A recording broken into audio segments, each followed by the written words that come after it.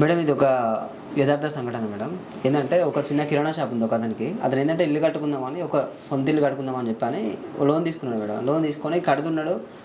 Half of the payment అయిపోయింది madam. అయిపోయినాక ఏంటంటే ఒక 2 months కట్టకపోయేసరికి ఈ రికవరీ ఏజెంట్లు వచ్చి గొడవ పెట్టడం వల్ల తిరగడం వల్ల ఆయన సూసైడ్ చేసుకున్నాడు మేడం. ఆ పిల్లలు కానీ ఎవరైతే ఆ మదర్ ఉంటారో వాళ్ళు ఆ రికవరీ ఏజెంట్గా కేసు ఇచ్చారు మేడం. చాలా సందర్భాల్లో లోన్లు తీసుకొని రికవరీ ఏజెంట్ల వేధింపులకి వాళ్ళు బాధపడి పరువు తీస్తున్నారు అని చాలా మంది చచ్చిపోవడం జరుగుతుంది. సూసైడ్ చేసుకోవాల్సిన అవసరమే లేదు. మనకి కోర్టులు ఉంది, లా ఉంది, మనని కాపాడడానికే లా ఉంది.